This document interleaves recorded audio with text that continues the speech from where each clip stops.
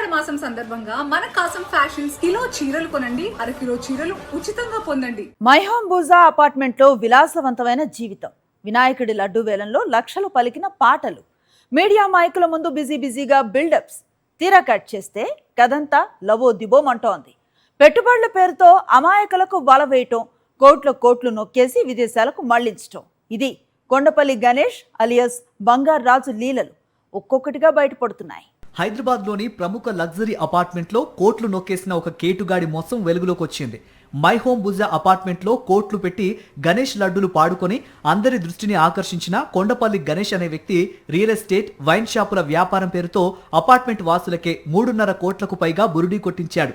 నెలకు 6% డివిడెండ్ ఇస్తానంటూ నమ్మించి సేకరించిన డబ్బులతో ప్లాన్ ప్రకారం పరారయ్యాడు. బాధితుల ఫిర్యాదుతో సైబరాబాద్ పోలీసులు కేసు నమోదు చేసి దర్యాప్తు ప్రారంభించారు.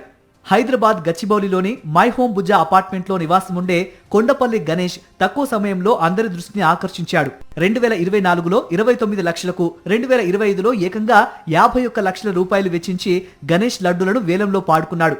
తనకు వైన్ షాపులు, రియల్ ఎస్టేట్ వ్యాపారాలు ఉన్నాయని, తను చాలా పెద్ద వ్యాపారవేత్తనని నమ్మబలికాడు.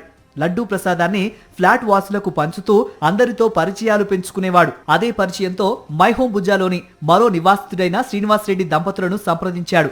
తమ వ్యాపారాల్లో పెట్టుబడి పెడితే నెలకు 6% చొప్పున భారీ లాభాలు ఇస్తామని నమ్మించాడు. ఇది నిజమేనని నమ్మిన శ్రీనివాస్ రెడ్డి దంపతులు విడతల వారీగా బ్యాంక్ ట్రాన్స్ఫర్లు, క్యాష్ రూపంలో 31 లక్షలు పెట్టుబడి పెట్టారు. ఈ విధంగా ఒక్కొక్కరిని మోసం చేస్తూ వచ్చాడు కొండపల్లి గణేష్.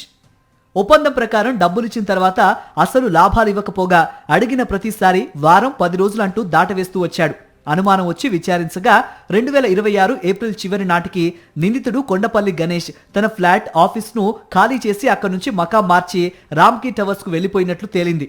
బాధితులు మరింత లోతుగా విచారించగా కేవలం వారి వద్దే కాకుండా అపార్ట్మెంట్లోని మరికొందరు సీనియర్ సిటిజన్లు, నివాసితుల దగ్గర కూడా కోట్లలో వసూలు చేసినట్లు బయటపడింది.